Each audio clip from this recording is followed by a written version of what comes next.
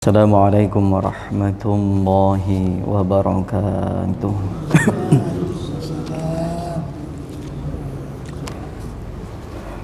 Alhamdulillah. Alhamdulillahilladzi ghafara aktsara ibadahu bit-tadarru'.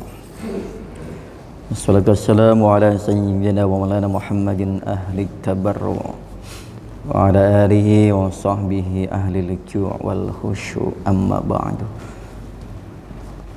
Puji syukur kita panjatkan kehadirat Allah Subhanahu wa taala, alladzi ghafara aktsara ibadahu. Allah yang mengampuni banyak di antara hamba-hambanya bitadarru, dengan tadarru. Wassalatu wassalamu ala sayyidina wa maulana Muhammadin sallallahu alaihi wasallam. Semoga senantiasa terlimpah curahkan atas pemimpin kita, maulana kita Muhammad ahli tabarruk, ahli kebaikan, serta keluarganya, sahabatnya, ahlil ju' wal khusyu', yang terbiasa dalam keadaan lapar, wal khusyu' dan khusyuk. Untuk para sahabat keluarga Nabi, itu sudah akrab dengan yang namanya rasa ju', rasa lapar, wal khusyuk dan khusyuk. Pernah dengar ya kisah bagaimana Nabi dalam beberapa hari perutnya diganjal pakai batu karena kondisi lapar, namun beliau tidak menunjukkan kepada para sahabatnya. Itu Nabi, Rasul, pemimpin, itu kondisinya lapar. Bukan beliau tidak mampu untuk mendapatkan makanan, tapi di sisi lain beliau pengen merasakan juga rasanya menjadi orang yang tidak bisa menemukan makanan dalam beberapa hari, seperti orang fakir, miskin. Andai beliau mau, jangankan untuk makan sehari-hari, untuk memperkaya diri, beliau sangat-sangat gampang. Bukan beliau yang minta, bahkan makhluk lain yang pernah merayu Rasul. Wa rawadathul jibalu bi an takuna lahu zahaban. Gunung pun pernah merayu Rasul seraya mengatakan dia hendak menjadi bukit atau gunung emas untuk perbendaharaan Rasul. Tapi Rasul jangankan jawab, noleh pun tidak. Fa'abah. Beliau, abah itu kalau kita panggil Pak, melengos, berpaling, berarti tidak ada jawaban mau atau tidak, tapi ketika dirayu tidak merespon. Ini luar biasa. Yang rayu padahal gunung emas. Di sisi lain, manusia itu kalau dia diberikan satu bukit emas, dia akan menginginkan satu bukit emas yang lain. Kenapa? Karena tidak adanya rasa puas diri. Sangat berbanding jauh antara Rasul dan kita. Kita kalau sudah punya atau memiliki hartalah atau kepemilikan apa, punya barang satu, pengennya tambah dua. Pengen tambah yang lainnya, tambah yang lainnya. Makanya sifat atau rasa lapar dan khusyuk ini sudah akrab dengan Rasul. Tapi kita nggak akrab. Rasul beserta sahabatnya, keluarganya ini sudah terbiasa. Sayyidina Ali juga begitu. Ketika beliau diminta istrinya untuk ke pasar, tuh Pak, Sayyidina Ali aja kalau pagi-pagi itu ke pasar belanja. Dan suatu ketika dalam kondisi keluarganya lapar, ke pasar bawa duit sekian dinar, dirham, ketemu dengan orang yang membutuhkan, itu langsung dikasih. Pulang nggak bawa belanjaan, tapi karena istrinya solehah nggak marah-marah. Mungkin kita punya sifat seperti Sayyidina Ali, pengen juga berbagi ketika ketemu dengan orang, tapi apa jadinya kalau kita pulang nggak bawa apa-apa? Mungkin kitanya bisa, tapi ada yang tidak bisa. Masalahnya lagi suruh ke pasar pagi-pagi, udah dibawain uang, pulang nggak bawa apa-apa. Tapi ternyata di pasar yang minta-minta itu bukan manusia, malaikat untuk mencoba ngetes, Pak. Oh, kita kayaknya kalau dites begitu, Pak, waduh, Masya Allah, udah kepikirannya udah jauh aja, aduh gimana nanti pulang nggak bawa apa-apa, ada yang bakal bisa jadi piring melayang ini. Nah, ini mereka sudah terbiasa dengan rasa lapar, terbiasa juga dengan khusyuk. Sayyidina Ali lagi nih tokohnya yang pernah ditawarkan oleh Rasulullah, siapa yang pengen Rasul itu punya dulu dikasih hadiah itu kain ya, yang pernah saya sampaikan itu semacam burdah atau semacam ada yang bilang gamis, ada yang bilang burdah. Kainnya itu bagus, kain tenunannya bagus, yang kualitasnya bagus, harganya mahal. Coba saja sholat, bisa, tapi sholat khusyuk.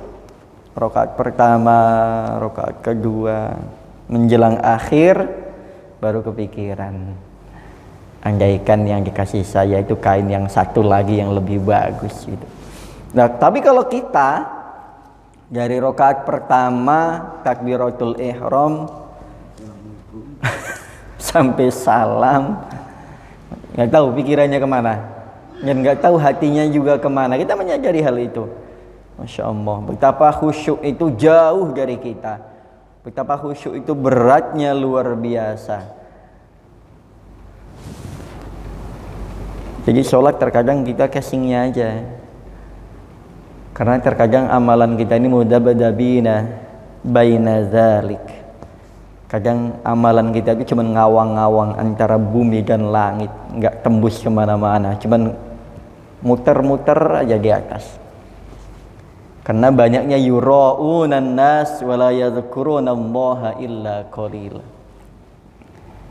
Karena banyaknya amalan-amalan yang tidak kita peruntukkan untuk Allah, tidak kita ikhlaskan semata-mata karena Allah, tapi banyaknya yura'un, pengen dilihat oleh makhluk-makhluk yang lain selain kita. Dan wala yadhkurunallaha illa qalila. Dan dalam sholat itu pun kita sedikit sekali mengingat Allah. Bahkan dalam sholatnya, bagaimana di luar sholat itu sendiri. Wala yadhkurunallaha illa qalila. Tidak mengingat Allah kecuali sedikit. Pagi hari ini kitab tadarru' ilallah. Tadarru' ilallah, pendekatan kita kepada Allah. Kalau tadarru' itu pendekatan melalui perasaan dan pengakuan kesalahan-kesalahan. Ini yang dilakukan oleh para nabi-nabinya Allah. Sehingga dalam muqaddimah tadi, segala puji bagi Allah yang mengampuni banyak hamba-hambanya perantara bitadarru. Hambanya ini melakukan pendekatan serius, persuasif kepada Allah. Jadi nggak main-main. Allah itu mengampuni hambanya. Kebanyakan di antara hamba itu sudah melalui tadarru, pendekatan kepada Allah dengan serius. Kita sudah serius belum nih? Kalau sudah serius, insya Allah berarti kita sama Allah nggak main-main taubatnya. Sama Allah nggak main-main kita untuk pengen diterima taubatnya. Salah satunya adalah tadarru ba'dul anbiya alaihimussalam, tadarru Adam wa Hawa alaihimussalam. Yang pertama yang dibahas adalah tadarrunya sebagian para nabi, di antaranya adalah Nabiullah Adam alaihissalam beserta ibu Hawa. Tadarru abuna alaihissalam wa ummina Hawa. Tadarru abuna alaihi salam, tadarrunya abuna, bapak kita semuanya, Nabi Adam alaihi salatu wassalam. Nah, terlebih ini adalah momen-momen rame orang membahas masalah pergantian tahun Masehi. Nggak ngaruh-ngaruh juga. Tapi nggak masalah, meskipun kita punya penanggalan sendiri dalam Islam. Kalender Hijriah. Namun jarang sekali, sangat jarang kalau kita tanya sekarang, Pak, sekarang hijriyahnya tanggal berapa, bulan apa? Mungkin di antara 10 orang belum tentu ada 1 atau 2 yang bisa menjawab. Saya berharap kita biasa merutinkan melihat kalender kita. Dan kalau beli kalender, belilah yang ada penanggalan hijriyahnya. Kalau yang nggak ada, jangan. Sekarang sudah mulai. Dulu kita ingat nggak ada tulisan minggu. Dulu Ahad, sekarang sudah banyakan sudah minggu. Kita jangan biasakan ngomong minggu. Karena sudah Ahad, Isnain, Sulasa, Arba'a, Khamsah. Dari 1, 2, 3, 4, 5. Baru diselingi dengan Jum'ah. Baru Sabtunya dari kata siktatun, Sabtu, 7. Gitu. Memang penanggalan hari itu diambil dari Arab, dari bahasa Arab. Minggunya nggak bisa dipakai. Dibiasakan lisan kita juga ketika ngomong jangan minggu. Ketika ngomong minggu langsung rubah ahad. Bukan ke Arab-Araban, jadi dulu sebenarnya Ahad mulai dirubah nih sama orang-orang yang pengen diakui. Terlebih sekarang tanggalnya pas. Nah ini jadi kita punya penanggalan sendiri dari mulai terhitung Muharram, Safar, Rabiul Awal, Rabiul Akhir, Jumadil Awal. Sekarang masuk Jumadil Awal. Jadi penanggalan ke-5 dalam kalender Hijriah, berarti bulan ke-5. Dan kita pun mungkin kalau dihitung kalender Hijriah, kita juga nggak tahu kelahiran kita tanggal berapa.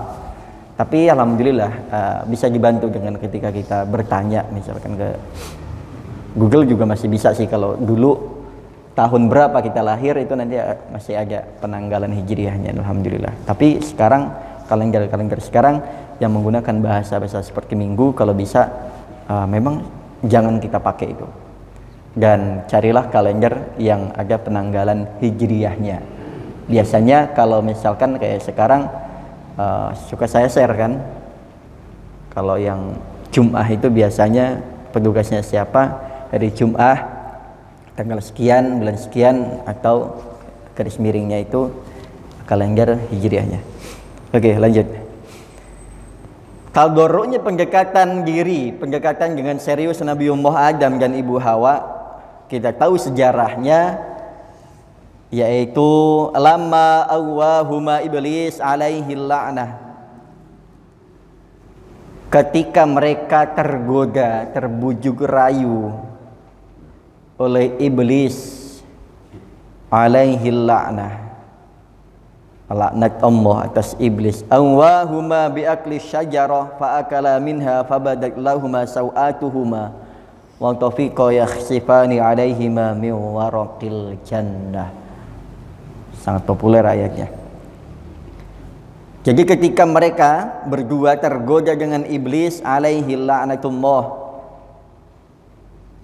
dengan bujukan iblis untuk memakan buah khuldi, mereka tergoda untuk makan. Itu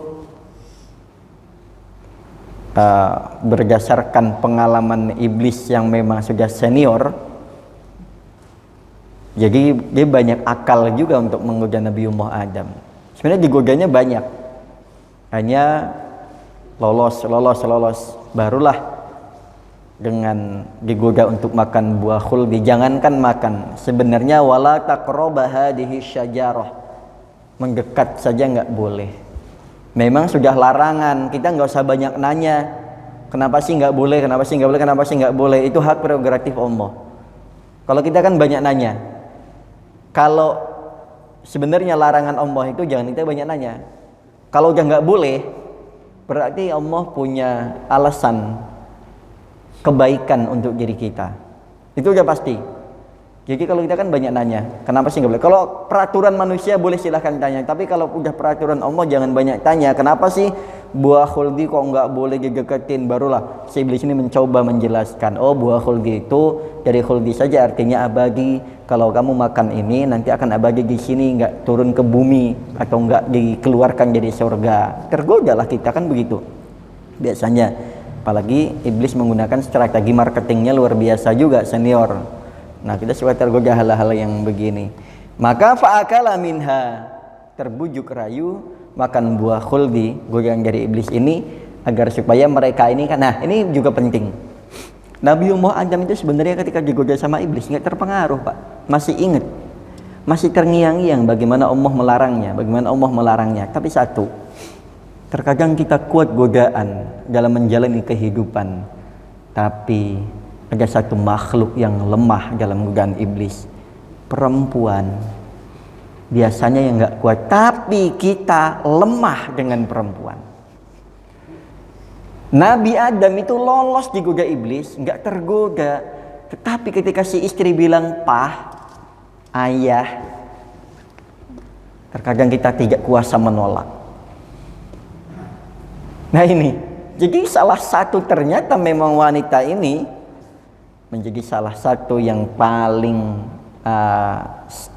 dibuat shot on targetnya iblis, sasarannya iblis, yang gampang ditaklukkan. Kita mungkin bisa menolak godaan itu kalau kita kuat imannya, tapi terkadang ada wanita, ada istri yang membujuk kita. Ini yang terkadang akhirnya apa, kita lemah. Ayolah mas. Nah, wis. Pokoknya istri dan anak. Makanya Al-Quran mewanti-wanti, ku anfusakum wa ahlikum.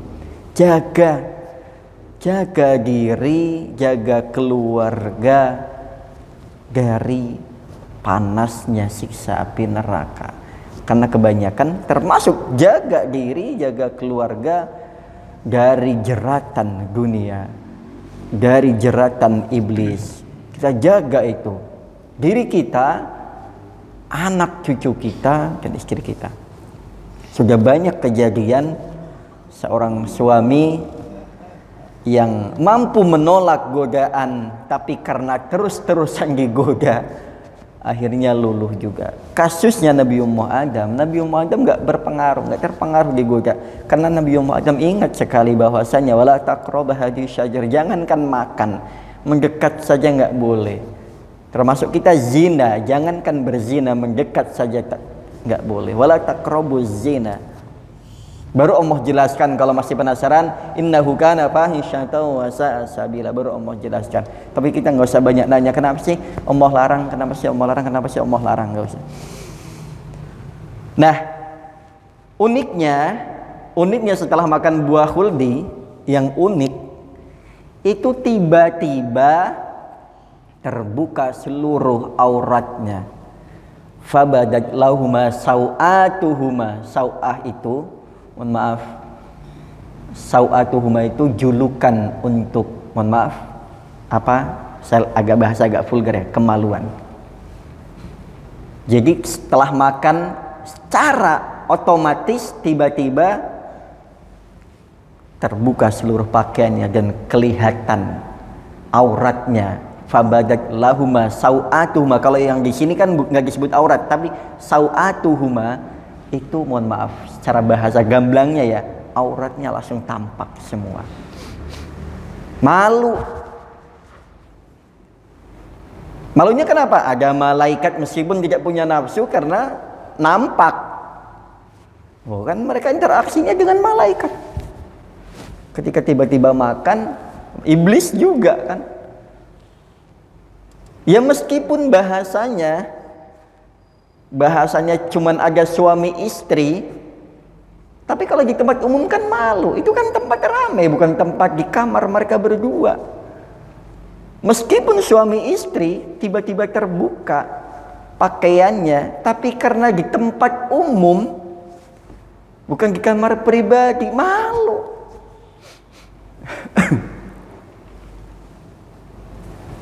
Sangat-sangat malu. Karena masih punya iman. Karena punya iman, kita juga sama. Kalau kita punya iman, aura kita terbuka, terlebih kelihatan orang lain, kita akan sangat malu. Beda dengan manusia yang berkarakter binatang, diselimuti dengan hawa nafsu, nggak ada malu lagi. Itulah bedanya orang yang beriman dengan orang yang tidak beriman. Ketika auratnya, salah satunya, ketika auratnya terbuka, sangat malu. Bahkan Nabi Adam dan Ibu Hawa mundar-mandir nyari kain, sampai akhirnya ditutupin dengan apa? Wa tafiqa yakhsifani alaihima min waraqil jannah. Ketemunya daun pohon surga ditutupin buat nutup. Karena sekarang banyak suku-suku pedalaman gitu, kita bisa lihat yang pakai pohon pisang, yang pakai daun apa. Kalau dulu biasanya, kalau yang anak-anak bulang kayak saya dulu waktu kecil, kalau hujan pakainya daun talas, ya enggak? Tutupin sini. Ya karena lebar gede, ada yang daun talas gede itu kan, jadi kita aman neduh di situ, bisa neduh di bawah pohon pisang, bisa. Nabi Adam dan Ibu Hawa sampai segitu paniknya luar biasa. Jadi kesalahan sekali seumur hidupnya yang membuat kapok, yang akhirnya melahirkan sifat atau tadarru, pendekatan diri kepada Allah dengan maksimal. Sekali kita berbuat maksiat dalam sehari semalam, tadarruknya sama Allah sudah apa belum? Dan kita beruntung menjadi umatnya Nabi Muhammad. Kebayang kalau hukum kontan, cash and carry, tunai, itu diberlakukan di umat sekarang. Tiba-tiba ada orang di masjid telanjang, tadinya pakai pakaian, tiba-tiba telanjang. Bisa jadi. Kenapa? Karena ternyata dia menggunjing atau dia makan haram. Langsung pakainya hilang. Tiba-tiba lagi di majelis atau di rumah atau di jalan atau di kantor, kita beruntung, alhamdulillah. Banyak bermaksiat tapi tidak pernah Allah telanjangin, bahasanya gitu. Tidak pernah Allah permalukan di depan umum. Allah tutupin aib-aib kita. Meskipun kita belum melakukan tadarruk kepada Allah, tapi tobat kita, insya Allah Pak, yakin, penuh dengan keyakinan, insya Allah. Meskipun masih jauh daripada keseriusan kita tobat kepada Allah Subhanahu wa Ta'ala. Pernah nggak kita nangis waktu berdoa, tapi bukan lagi ada masalah ya? Biasanya kita nangis kalau lagi ada masalah. Nangisnya karena keingetan masalah, bukan nangis karena pengen diampuni oleh Allah. Biasanya kita nangisnya karena lagi ada masalah berat, ngadu sama Allah, nangis. Ngadunya bukan ngadu taubat. Ngadunya apa? Karena lagi kepikiran masalah itu, gimana mecahinnya, gimana solusinya. Jadi bukan nangis karena mengakui dosa-dosa seperti yang dilakukan oleh Nabi Adam dan Ibu Hawa dalam doa yang terkenal. Summandur mada qala, kemudian kita perhatikan apa yang mereka ucapkan, mereka berdua doakan. Innahuma tadarra'a ila Allah azza wa jalla, mereka berdua tadarru, langsung taubat. sekali berbuat dosa dalam seumur hidupnya, bertaubat kepada Allah seraya berdoa, mengangkat kedua tangannya, mengatakan qala rabbana zalamna anfusana wa illam taghfir lana wa tarhamna lanakunanna minal khasirin. Di sini qala bahasanya dua orang yang bicara, mutakallimnya dua orang, qala isim tasniyah, ada dua orang, berarti Nabi Adam dan Ibu Hawa dalam Al-Quran surah Al-Baqarah itu ayat 37 juga sampaikan setelah Nabi Adam berdoa meminta ampun kepada Allah, kalau tidak diampuni ya Allah kami termasuk golongan yang merugi, Al-A'raf ayat 23. Kemudian ayat yang lain Allah sampaikan fatalaqa adamu mir rabbih kalimatin fataba alaihi innahu huwat tawwabur rahim, Al-Baqarah 37. Nah, ini kemudian Allah juga sampaikan fatalaqa adamu mir rabbih kalimatin fataba alaihi.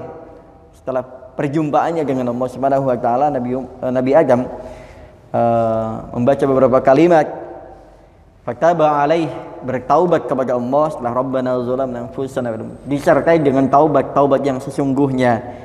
Maka oleh Allah innahu huwat tawwabur rahim, sesungguhnya Allah dialah Allah at-tawwab yang banyak menerima taubat. Allah itu tawwab, banyak menerima taubat, banyak menerima alasan. Apapun yang kita kemukakan alasannya kepada Allah, Allah terima. Jadi itulah maha hebatnya Allah itu at-tawwab, banyak nerima taubat. Jadi bukan sedikit, berarti kesempatan kita untuk bertaubat banyak. Kesempatan kita kembali kepada Allah ini jaminannya banyak.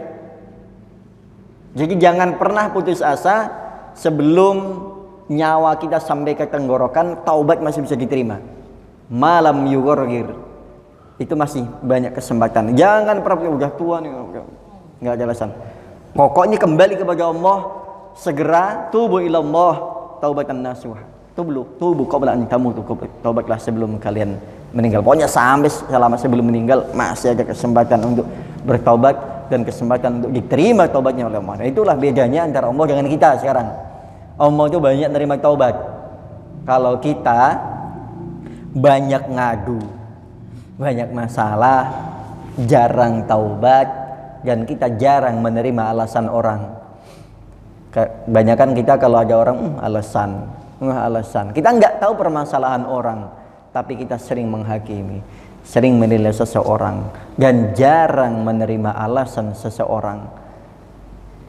Tapi Allah banyak menerima alasan, banyak menerima taubat, banyak, sangat banyak. Kalau tawab itu, kalau bahasa Sirat Muntahal Jumu itu finishnya, itu berarti sudah mentok. Berarti Allah sangat menerima yang tidak terbatas oleh apapun.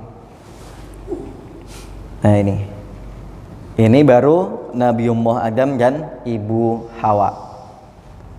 Udah cukup atau sebentar lagi? Kemudian tadarruknya, nah nanti ini berikutnya aja lah ya. Nabi Nuh alaihi salatu wassalam. Nabi Nuh itu hina ma aghrakallahu qaumahu faqala mukhatiban lillahi azza wa jalla hina ma ra'a ibnahu. Jadi Nabi Nuh itu ketika ini langsung ya, karena tadarruk itu diambil dari masa-masa kritisnya kita ketika kita berhadapan dengan Allah dengan satu masalah yang kita bawa, masalah besar, dosa besar yang kita bawa dan kasus besar. Nah, ini ketika hina ma aghrakallahu qaumahu, ketika Allah menenggelamkan kaumnya Nabi Nuh. Nabi Nuh usahanya sudah sangat maksimal. Sangat maksimal sekali. Bagaimana dakwahnya sudah bukan setahun, 2 tahun, bukan puluhan tahun, ratusan tahun, 950 tahun. Kita kebayang Pak dakwahnya. Apa yang melatar belakangi, mohon maaf ya, bukan berarti beliau tuh tidak sesukses nabi-nabi yang lain dalam berdakwah. Artinya maksudnya bukan beliau gagal, tetapi faktornya satu yang menghambat perkembangan dakwah beliau bukan orang lain, istri dan anak-anaknya. Makanya kita juga susah bergerak ketika kita juga diikat oleh istri kita, berat anak, berat istri, berat anak. Makanya jujur, saya mengapresiasi kepada teman-teman jamaah tabligh dalam hal semangatnya beribadah dan semangatnya dakwah. Dalam poin itu terutama berani, mampu meninggalkan anak istri, dititipkan sama Allah. Dalam hal ini takbir kan nih? Nah, dalam poin ini luar biasa. Nabi Nuh itu dakwahnya yang menjadi batu sandungannya bukan orang jauh, istri sama anak. Bagaimana beliau akan berdakwah, mendakwahi orang-orang, sedangkan istrinya ini pengkhianat, anaknya juga pengkhianat. Coba Pak, kita mau ngomong di mimbar ngalor ngidul, tapi istri kita bilang ke orang-orang, wah suamiku ngomong doang, aslinya mah, aslinya. Coba, meskipun itu fitnah. Gimana kita mau dipercaya orang? Kita naik mimbar, naik podium, sedangkan istri kita ngomong ke orang-orang, atau kita sendiri nggak ada harga dirinya di hadapan istri kita. Na'udzubillah sama na'udzubillah. Bagaimana mau berkembang dakwah kita? Bagaimana kita mau lebarkan sayap kita? Bagaimana kita mau berusaha dan lain sebagainya? Kalau ternyata halangan, rintangannya ada dalam keluarga kita sendiri. Ya kan? Nah, kita mau ngomong apa kalau gak istri begitu? Kalau sudah anak begitu? Mau dicekek? Cari yang lain. Ini nyawa. Mau dipukul anak, mau dipukul istri. Ya kan, orang lain kita mungkin bisa mentok-mentoknya kita